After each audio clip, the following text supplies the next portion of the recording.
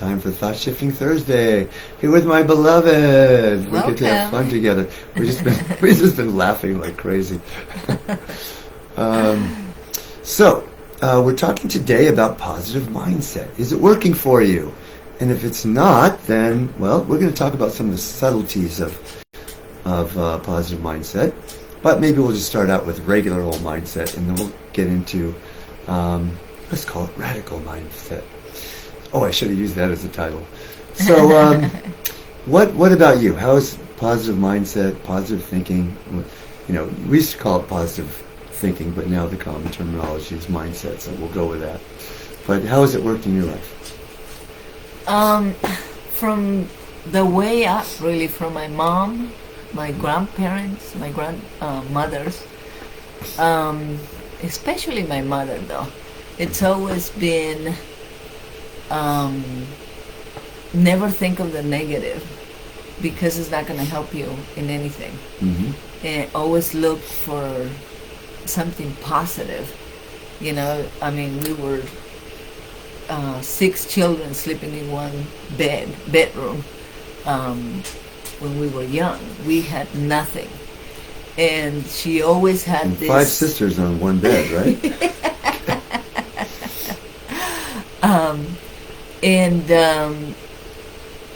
In her mind, there was always a better life somewhere else. Mm-hmm. Her way of thinking was always, there's another way.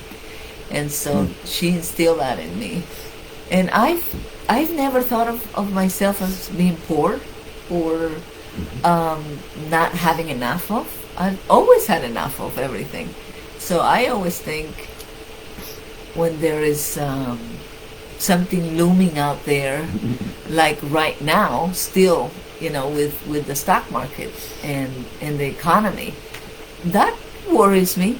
But I know that is going to rebound and that everything's going to be okay, because it always has. So what goes up must come down. What goes down must come up. Hey, I just want to say welcome, Naomi, and my old high school, grade school buddy, Kevin Kiley. God, known this bro since I was 8 years old, I'd say. Wow. And who else is that? Is that C-Bari? That's Concha, right? I think that's Concha. Mm. So that is so inspiring, and your mom is. As soon as you mentioned her name, I just thought, can do, But you said that my brother is the same way. Mm-hmm. Any one of us. We not all of your sisters. Well, we came here. Not all the time. But none of us are all came into the country illegally. We obviously couldn't speak English. Mm-hmm. We had to learn and get up from where we came from, and we all have own houses. We're all settled. We're all as good as anybody would have anticipated, Yeah. So, and we always figure out a way to make money. I worked in the corporate world for a long time, and then I decided, okay, what else is there? And my brothers and my sisters are always the same way. Yeah. We always figure out, oh, that looks like a good way to make money. Even if it's hard, we know that that's a way to make money. Mm. So, the positive thinking has come from my mom. Well, now I'm just going to ask you to share the story about, how you got here. Oh, God. Because super inspiring. 1976, there was a huge earthquake in Guatemala, and my mom came back to Guatemala. She was here with my dad and my 2 older sisters in the United States. Came back to fetch 4 of us, all younger kids, and I think we brought 2 or 3 more people, cousins, that wanted to come up to the United States. And in buses, trains, all through Mexico. And, Guatemalans and Mexicans we do not speak the same language, really. It's different. You can tell who's Mexican and who's Guatemalan. And got to the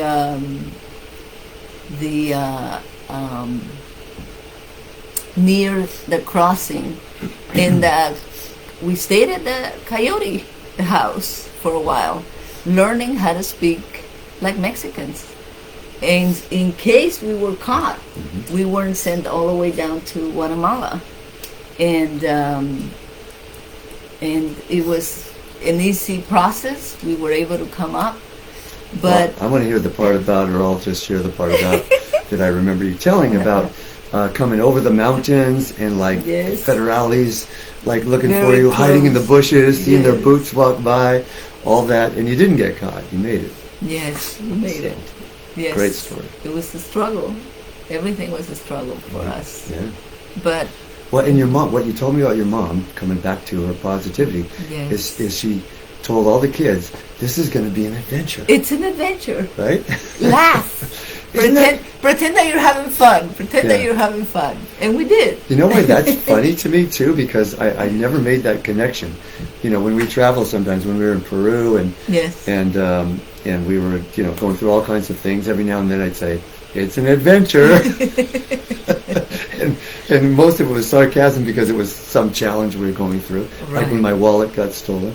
But in the middle of the ayahuasca ceremony at the Maha Temple, after you had just vomited profusely, we weren't supposed to have any communication in this ceremony.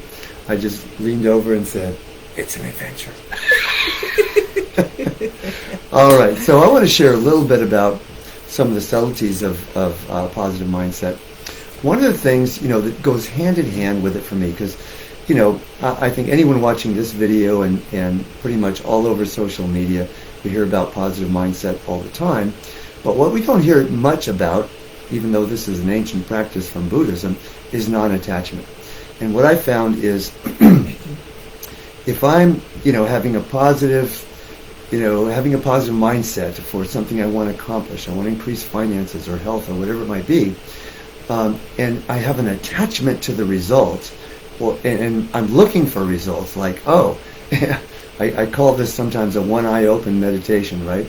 Where you know, I'm meditating or I'm praying or doing some kind of spiritual practice to increase prosperity, and yet I've got one eye kind of flickering, looking at my bank statement or my online bank statement to see if it's changed, right? So there's not trust in that, right? And so along with non-attachment to outcome is trust. I'll give you another example. So I've noticed this in myself, that when I get an injury, you know, I played a lot of sports, tennis, basketball, I get an injury and you know, at first I'll be doing my, you know, maybe some energy healing, some positive thinking, the pivoting process, which we talk about all the time in our videos, to move into a positive mindset. And then at some point, the injury heals enough where I say, you know what, I don't have to do this anymore. Or I just get tired of doing it and just thinking, you know what, I'm just going to go on with my life and play tennis and play basketball and just not worry about it anymore. And then the healing speeds up exponentially. So I've come to the conclusion that in most cases, actually no thought is even more powerful than positive thought. Because if I'm using a technique to increase my positive mindset, then there's some belief that my positive mindset isn't strong enough, right? And there's some attachment to it being, the situation being different than it is. I'm listening to the read The Power of Now from Eckhart Tolle, I think about 23 years ago when it came out. Just re-listening to it on Audible right now, just finished yesterday. And you know, he talks about, it was interesting because very little of the book is about law of attraction stuff, right? It's all about just being here present in the now. Giving up attachment, giving up resistance. One of the lines that I called a friend of mine. We were just having this conversation over lunch yesterday, and after lunch I turned on the Audible, and the first statement that came out was, see if I can think of it clearly. I can look at my text. Oh no, I left her a voicemail. So it was that all suffering is ego-produced as a result of resistance to what is. The whole message of Power of Now, and he says it in about 5 million different ways, is simply give up resistance and be present in the now. And that solves everything. And he was pointing out that, if we're in any form of resistance, then, we're creating suffering. And it doesn't help, right? When I'm resisting, I'm not creating a positive mindset, I'm actually creating a negative mindset.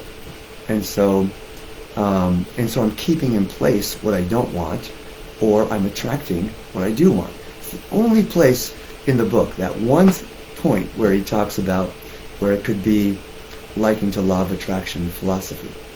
And yet it's true. It's there is a direct correlation between how resistant I am to what is and how powerful a positive mindset I can have, right? You're stuck when you're resisting. Exactly. You really are. So you're putting a wall to the goodness that can come. Exactly. And so that leads me to say the phrasing that I use 20 times a week at least. Whatever we resist not only persists, but magnifies, becomes stronger, right? Everything that we embrace becomes my ally, my teacher, my healer. So to kind of break that down a little bit, if I'm trying to have a positive mindset, but I'm resisting the situation that is, or I'm resisting what might happen that I don't want to happen, then I'm putting negative energy into it. When I get to that place where I simply accept what is, and it sounds like a dichotomy, right? But it's a both and. So I'm accepting what is, and at the same time having a clear impression of what I want. The affirmation that came to me several years ago that I found to be the most powerful affirmation of all is, wouldn't it be fun if? I was saying this to my buddy yesterday, came at lunch, as well, because it's going to be fun no matter what. That statement creates a clarity about what I want, and yet also non-attachment to when, how, or if it happens, which is what I say in the first chapter of The Magic of the Soul is the most powerful consciousness for manifestation, is being really clear about what I want, and at the same time non-attached to how, when, or even if it occurs. And I'll tell you something about that, a couple things about wouldn't it be fun if. So I was doing a book tour in Canada, and I remember specifically, well, there were 3 different places that I went, where every one of them I said, wouldn't it be fun if we had 35 people in the workshop today after the lecture? And it was like a 3-hour workshop. And so in Calgary, people took that to heart. And so as people were coming in, they were counting out loud.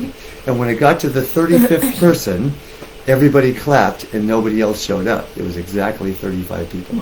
And that happened in 3 different locations.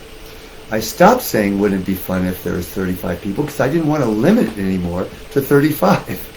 But that's the power of having lightness, bringing lightness into our positive mindset.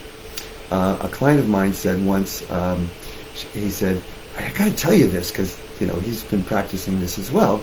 He said, I heard an interview with Cher, the one and only Cher, and they asked her the question, how have you manifested all these opportunities that have led to Grammys and Oscars and all the things, the great things you've been able to do? And she said, I don't really think much about it. I just say to myself, wouldn't it be fun if this happened? Right? And so if you want to join me and Cher and many of my clients who practice this and students regularly, wouldn't it be fun if?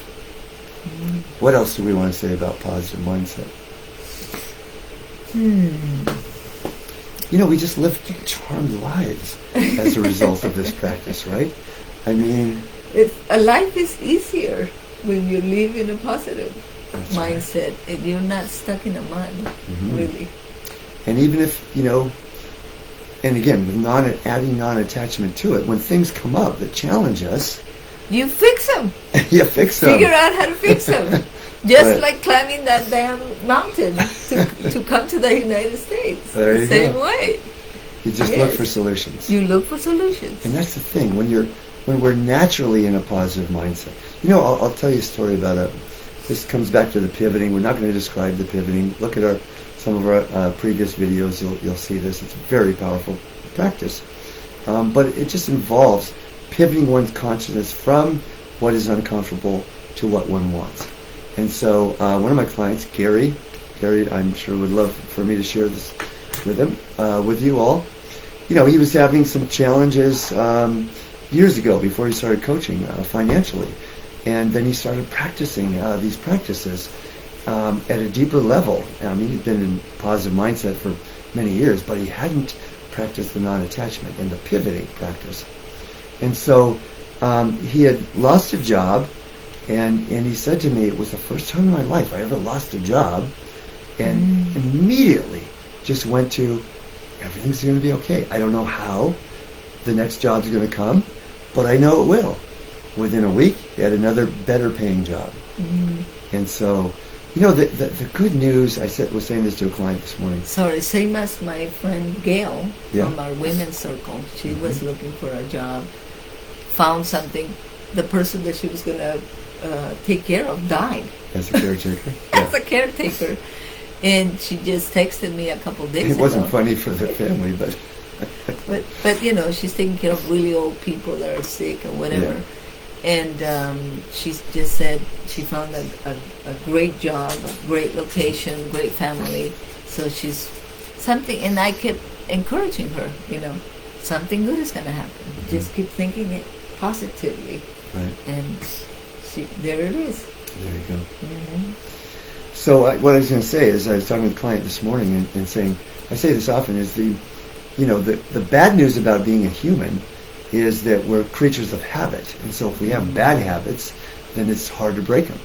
But the good news about being a human being is we're creatures of habits. When we create good habits, then it's easy to keep them, right? We were talking about exercise, and just once someone starts exercising regularly, you don't want to stop because now it's a habit. And it feels good. Sure. My daughter, Carmen, who's always very stressed out, she finds a lot of healing and a lot of endorphins when she goes to the gym for an hour, and sleeps well. It relaxes her. You don't have to do the kind of workout you do. Just something that you like, as easy as going out and walking for a half an hour and doing a little bit of And so weights. Thinking positively, non-attachment, any spiritual practice becomes a habit. And once it's ingrained, once you got in that groove, then it just gets better and better. Just like exercising any muscle, coming back to exercise, it gets stronger and stronger and better. And then the cool thing is the older you get, the wiser you are, and the more ingrained these practices are, and therefore the better life continues to get. Because, as I say in my book, if you're looking at your life and thinking, I don't like the way it is, there's a direct correlation to your mindset and how you're thinking about things in the world. What percentage of the time you're positive compared to, I'll leave you with one final affirmation about this, and that is, this phrasing came to me a couple years ago. You want to go take care of somebody's at the door. So I'll finish up here. Okay. So that the law of attraction brought down to the simplest common denominator is this: dissatisfaction repels everything that we want, all good things. Gratitude attracts everything that we want, right? So, and it can be very subtle. I can be I can hurt my leg playing tennis and be, in dissatisfaction that it hurts and that I'm not going to be able to play for the next couple weeks. Or I can be thankful that I have a leg, because not everyone does. So just look at it. If you want to really test this out, at the end of each day, say, what percentage of the time today, overall, was I in gratitude compared to dissatisfaction? And the higher that percentage goes, the more joy, the more fulfillment, the better life is going to be. Come on back in and say goodbye to our listeners, our viewers. So that's it for today, everybody. Give us a comment about how law of attraction has worked for you. We'd love to see those comments. And think positive. And think positive. And if you got benefit out of this, give us a like and share it with somebody that you think can benefit as well. All right, that's it for today, and we will see you next week. Love you guys. Take care. Bye. Adios. Yeah, that's how we close it. and